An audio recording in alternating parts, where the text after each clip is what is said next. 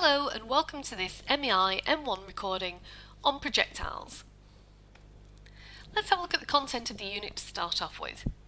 We have to be able to formulate equations of motion for a projectile and know how to find the position and the velocity at any time, including where its maximum height is and the range of motion. We need to be able to work out what the initial velocity was given certain information. And we need to be able to eliminate time from the component equations. And actually, the third exam question we're going to look at does exactly that. And then we're going to solve a range of problems involving projectiles. So let's have a look at some key points. This is what the path of a projectile looks like. It's a parabolic path. We tend to be given an angle of projection and an initial speed of projection. And we tend to use these two kinematics equations predominantly when we're looking at the flight of the object. And what we tend to do is we tend to look horizontally and vertically. The initial speed of this object horizontally is v cos theta, and the initial speed vertically is a component of v sine theta. Thinking about the acceleration, horizontally there is no acceleration. The only acceleration we have is acceleration due to gravity. And you'll notice I've done that as negative. If the initial projection is upwards, and we take upwards as positive, then acceleration due to gravity is downwards, so that's negative.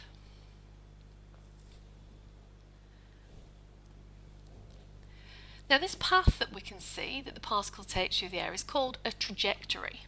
And we tend to assume that there is no air resistance or that it's negligible, it's so small that it doesn't affect our calculations. The maximum point of the trajectory is this point here. And at that point, the vertical speed is 0. We have an initial component, v sine theta, whatever that value is, and as the object moves up vertically, it will slow down and slow down until instantaneously it has a vertical speed of 0.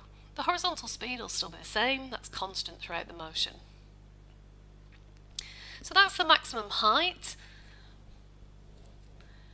We also have something called the range, and that's the horizontal distance from the point of projection until the particle hits the ground. So that's this distance here. Okay, so let's have a look at some exam questions. In this question, we've got an object being projected over horizontal ground from a point O. It has an initial speed of 30 at an angle of 35, and so immediately I start writing things down horizontally and vertically. So horizontally I have an initial speed of 30 cos 35, and vertically it would be 30 sine 35. Accelerations always the same. Now we're going to assume air resistance is neglected, and we're also taught about the speed of sound. Calculate how long after projection the noise is heard at O. So we've got two phases here. We've got the object actually flying through the air and landing and making this loud noise, and then the time it takes for the sound to travel back to the person at the starting point. So let's have a look at the first phase, how long it actually takes to land. Well, what do we know about this point? We don't know how far it is horizontally, but we do know how far it is vertically. Remember that S represents displacement, and so from the level at which we projected the object, it's now back at that level, and so its displacement is 0. That doesn't mean it hasn't travelled vertically, that's the distance, but its displacement from the starting point is 0. And so we can use this equation to work out what t is. So we're looking vertically, displacement is 0, u, t we don't know. Now a half a is minus 4.9, so I'll just write that as minus 4.9 t squared. this is actually a quadratic, and we can take out a factor of t. So that'll leave us with 30 sine 35 minus 4.9t in the brackets. And so we get two solutions, t is 0, which we knew. We knew that at t equals 0 it had a displacement of 0. And then rearranging this one, if we have 30 sine 35 minus 4.9t equal to 0, t would be 30 sine 35 divided by 4.9. Now you can type that into your calculator and we get an answer of 3.51, but I would probably store that in your calculator in case we need it later.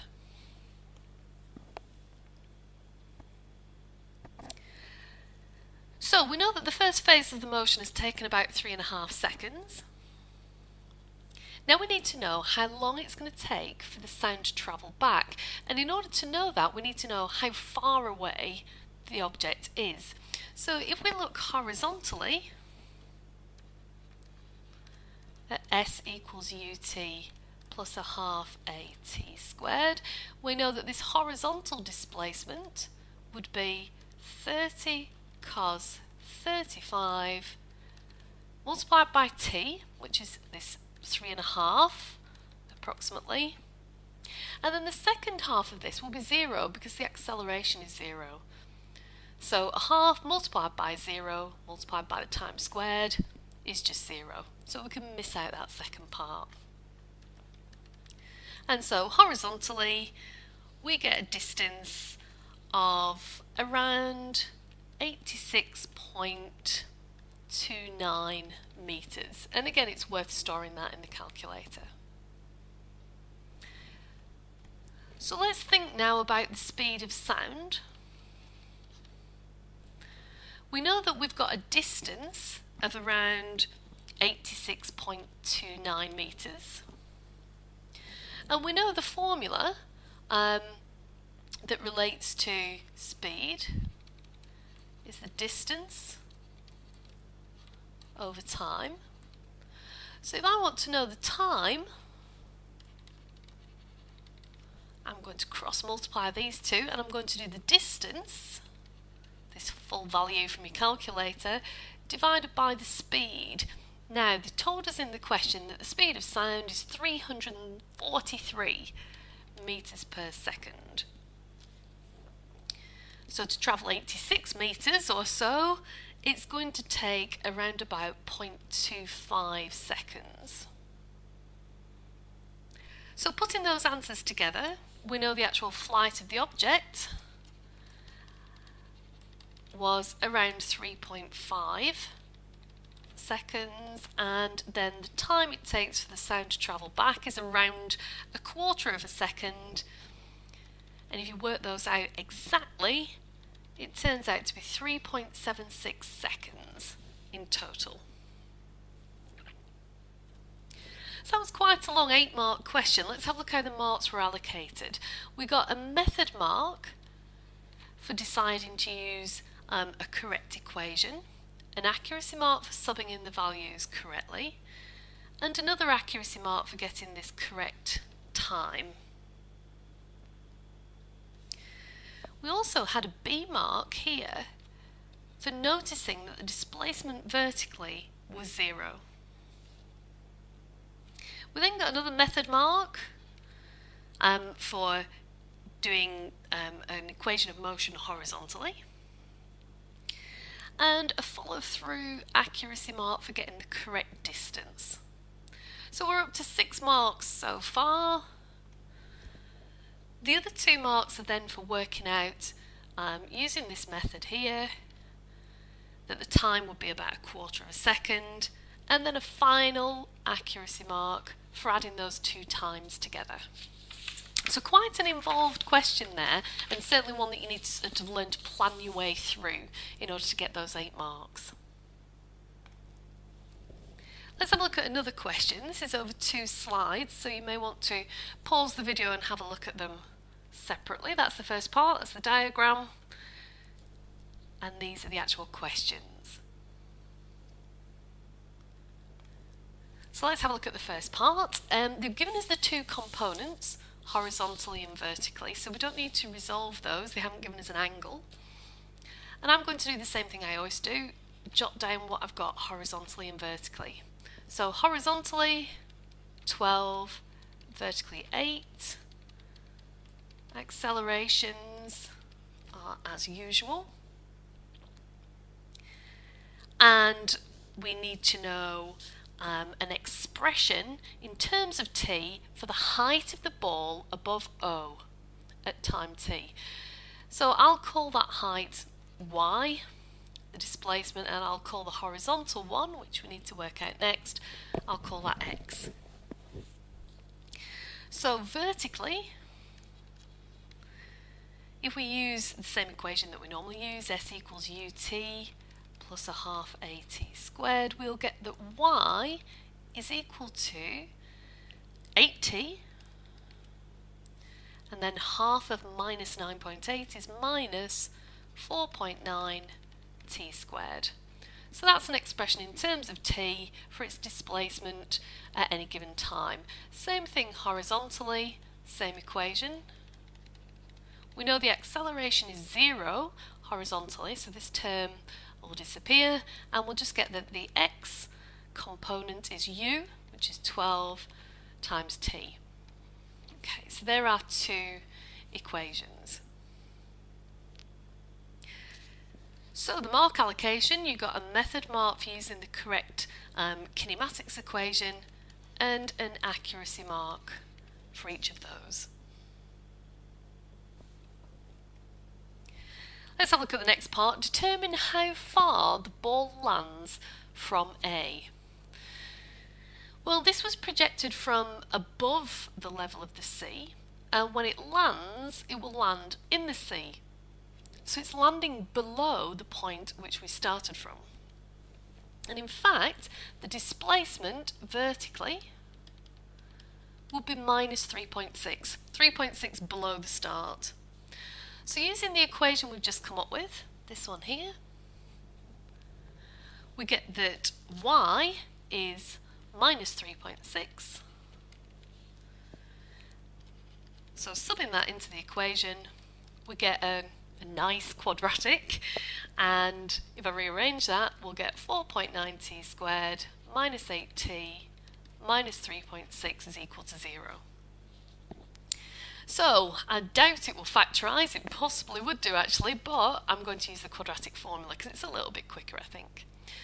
Minus b plus or minus square root of b squared minus 4 times a times c, all divided by 2a. So that's from GCSE and from early in the AS course. That's a quadratic formula. So that works out to be 8 plus or minus root 134.56 divided by 9.8. And if you type that in, you get two answers, 2 or minus 0.36. Now the one that we're after is 2. We can't have a negative time, so t is 2. And we need to know how far the ball lands from A. So the horizontal distance was 12t, so that's going to be 12 times 2, so it's going to be 24 metres. So looking at how those 5 marks are allocated, we got a method mark for determining the minus 3.6 and a method mark for solving a quadratic. We got an accuracy mark for correctly working out a time of 2, and then a method mark and a follow-through mark there to work out the distance that it's gone. Okay, let's have a look at one last question. Now I've chosen particular parts of this question to emphasise that objective that we had earlier. If you remember, the fourth objective was that we could eliminate t. So I've chosen this question on purpose to focus on that part. So again, the whole question is over 2 slides, so that's the first section. And these are the things that we're going to be asked to do. So, let's have a look at the diagram. We've got 68.5 as the angle and u as the speed of projection. And so when we're doing our calculations horizontally, we're going to have the initial speed is u cos 68.5 and vertically u sine 68.5. Acceleration is 0 horizontally and minus 9.8. And we have to get expressions in terms of u and t for x. Now x is a general point horizontally and y is a general point vertically. So it's the displacements at a given time. So very similar to the last question, we're going to use ut plus a half at squared for both of them. So horizontally, x is the displacement. We're going to have u cos 68.5 multiplied by t. And then similarly vertical, we'll have y equals u sine 68.5 t. And then remember, half of a is minus 4.9 t squared. So we have a method mark there for using the correct equation, and we get a B mark here and an A mark there for getting those correct. So that's those 3 marks. Moving on later in the question, this was part 5 of the question, use the expressions you found in part 1. So let's just write those out again over here. We had u cos 68.5 t and u sine 68.5 t minus 4.9 t squared. So we have to use those 2 expressions to show the Cartesian equation of the trajectory is this. Now you'll see there's no t's in there, t has disappeared. So we have to eliminate t between these 2 equations. The easiest way to do it is if we rearrange the first equation, we'll get t is x divided by u cos 68.5. And if I substitute that now into the second equation,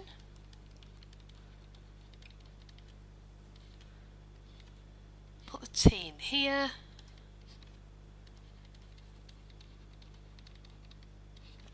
and then minus 4.9 t squared. So that's quite a long expression. You can see parts of this starting to come together. Now I'm noticing here I've got a u on the numerator and I've got a u on the denominator, so I'm going to cancel those out, making sure that they're still legible to the person who's marking the work.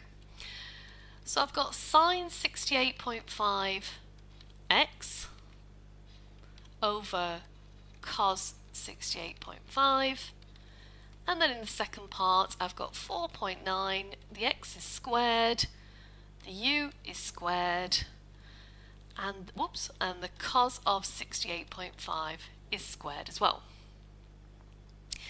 Now we're not quite there, but we nearly are, and hopefully you'll be familiar with the identity sine theta over cos theta equals tan theta. So we can write this first part here as tan of 68.5 multiplied by x, which makes the first part correct. They've put the x at the front, so we could rewrite it like that in a second if we wanted to. And then you can see the second half is already correct.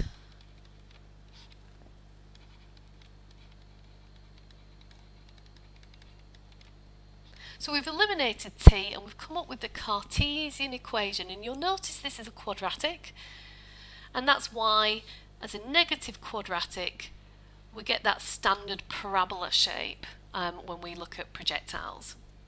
So there was only 2 marks actually for this section. 1 for rearranging to get t in terms of something, and then 1 mark for correctly explaining how this came about. So I hope you've enjoyed that video on projectiles, and I look forward to seeing you on some of the other MEI M1 videos.